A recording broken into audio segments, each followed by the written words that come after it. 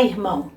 A liturgia de hoje nos oferece um texto do Evangelho de Lucas, capítulo 6, versículos de 1 a 5. É um texto pequenininho, uma pequena perícope, mas muito bonita, com uma mensagem muito profunda.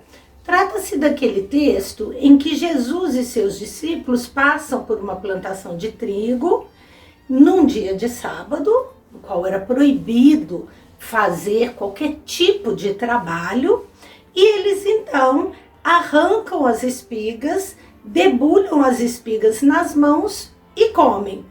Alguns fariseus, vendo aquilo, estranharam, porque era dia de sábado, e havia uma lista de verbos que eram proibidos para o sábado: carregar peso, capinar, construir, inclusive fazer colheita. Por quê? Porque o povo tinha sido oprimido lá na Babilônia, lembra? Na época do exílio. E por ocasião do exílio, eles foram levados para a Babilônia para trabalhar, para construir a grande capital da Babilônia, para fazer a Babilônia prosperar. Nessa ocasião, o povo compreendeu que eles não podiam só trabalhar, eles tinham que também ter direito ao descanso, ter direito ao repouso, ter direito ao culto a Deus, tempo para a família, tempo para o lazer, tempo para a meditação, tempo para o descanso. Então eles legislaram que no sábado não trabalhariam. Daí criaram então o relato da criação, no qual Deus descansa no sétimo dia, e colocaram no decálogo essa ordem expressa de não trabalhar no sábado, de guardar o sábado. Os fariseus, como são aqueles doutores zelosos da lei, eles cumprem isso ao pé da letra e vigiam o povo. Mas Jesus está desligado desses legalismos e na sua caminhada com o povo, no seu trajeto com os seus discípulos, ele e seus discípulos então vão colher espigas de trigo, espremê-las nas mãos e comer. Ora, os fariseus, sempre vigiando a vida alheia, vão então perguntar a Jesus por que eles estão fazendo o que não é permitido fazer no sábado.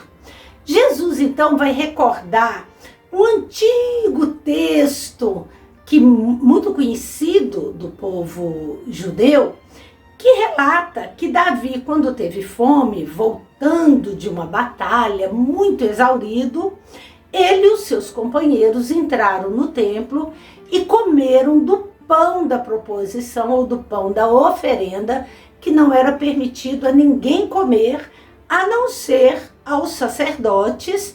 E Davi então vai romper com essa lei, porque a preservação da vida, matar a fome, é mais importante do que o preceito litúrgico. Todo preceito litúrgico é importante se ele está voltado para a vida. Se ele é simplesmente por legalismo, para cumprir uma rubrica, ele cai no vazio, ele não tem mais sentido. E aí então Jesus vai dizer: o Filho do Homem é Senhor do sábado. Ou melhor, não é o sábado que é Senhor da religião, que é Senhor da vida, que é Senhor da organização social, mas é a organização social para a fraternidade, é a liturgia para a fraternidade, é a vida fraterna, é quem deve regular toda a legislação. Toda lei deve ser para a vida e não para outra coisa. Lucas tira esse texto não da sua cabeça, mas de uma tradição do seu povo, que já entende que a lei não pode ser maior do que a vida, que a lei tem que estar a serviço da vida.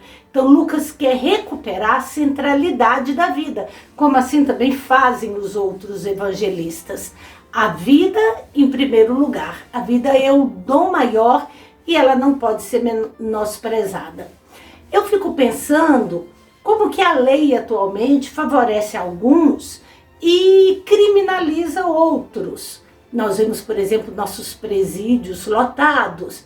Quem foi encontrado com alguns poucos gramas de maconha, se é preto, se é da favela, vai preso. E um avião cheio de cocaína, mas é de um poderoso, esse não vai preso. A lei, ela sempre favorece o maior. Quando a gente cai no legalismo, esquece que a lei foi feita para a vida. Se existe uma lei que proíbe o tráfico de drogas, é para preservar a vida, ou deveria ser, não para outra coisa, não para favorecer os grandes e oprimir os pequenos. Se existe uma lei que proíbe matar, portar armas ou qualquer outra coisa, é para preservar a vida, não para dar a alguns o direito sobre outros. É bom a gente sempre lembrar que a vida cristã é uma vida que não se separa da ética. Todo princípio cristão é um princípio ético para preservar e para valorizar a vida e para fazer aquilo que o Evangelho de João disse, trazer vida plena, vida em abundância e vida para todos, não para alguns somente. Lucas hoje está nos recordando que a lei do sábado, por mais importante que ela fosse, por mais importante que ela tenha se tornado, porque ela era um preceito religioso muito importante para preservar a vida, ela não pode estar acima do bem-estar, da felicidade e do bem das pessoas. A vida, em primeiro lugar, sempre. A vida humana, mas também a vida de todo ser. De todo serzinho que vive tem o direito de viver, tem o direito de estar presente no nosso ecossistema. E não pode ter nenhuma lei de exaurir a terra e de usufruir dos bens da terra que pode ser maior do que a lei da vida. Nós tivemos há pouco tempo notícias daquele grande escândalo da morte dos Yanomamis, porque a ganância humana dos madeireiros e dos mineradores, das grandes empresas mineradoras, dos grandes poderosos, contaminava a água, destruía a mata e os Yanomamis estavam morrendo de fome. Ora, de desnutrição, morrendo por descaso. É muito importante a gente lembrar. Se a terra pode nos fornecer algum bem, como o ouro, como a madeira, nenhum bem da terra, nem o ouro, nem a madeira, nem nenhum outro minério, nenhum outro bem, pode ser maior do que a vida humana. Então, se isso coloca a vida humana em ameaça, se isso coloca o ecossistema em ameaça, tem que ser coibido, tem que ser proibido, tem que ser vistoriado e o Estado tem que tomar suas medidas. Nós cristãos não podemos compactuar com isso de jeito nenhum, com a exploração do ser humano, com a exploração da terra, com nenhuma lei que favoreça os grandes em detrimento dos pequenos. Porque o sábado foi feito para a vida e não a vida para o sábado. Porque Jesus é Senhor também do sábado, Ele é o Senhor de toda a vida, Ele é o Senhor de toda a lei e toda a lei deve ser para a vida. Eu espero que a gente possa engrossar, né, esses grupos, esses coletivos que defendem a vida humana em primeiro lugar, mas a vida também, no geral, a vida da nossa casa comum, do nosso planeta, como diz o Papa Francisco. Um abraço para você e até a próxima, se Deus quiser.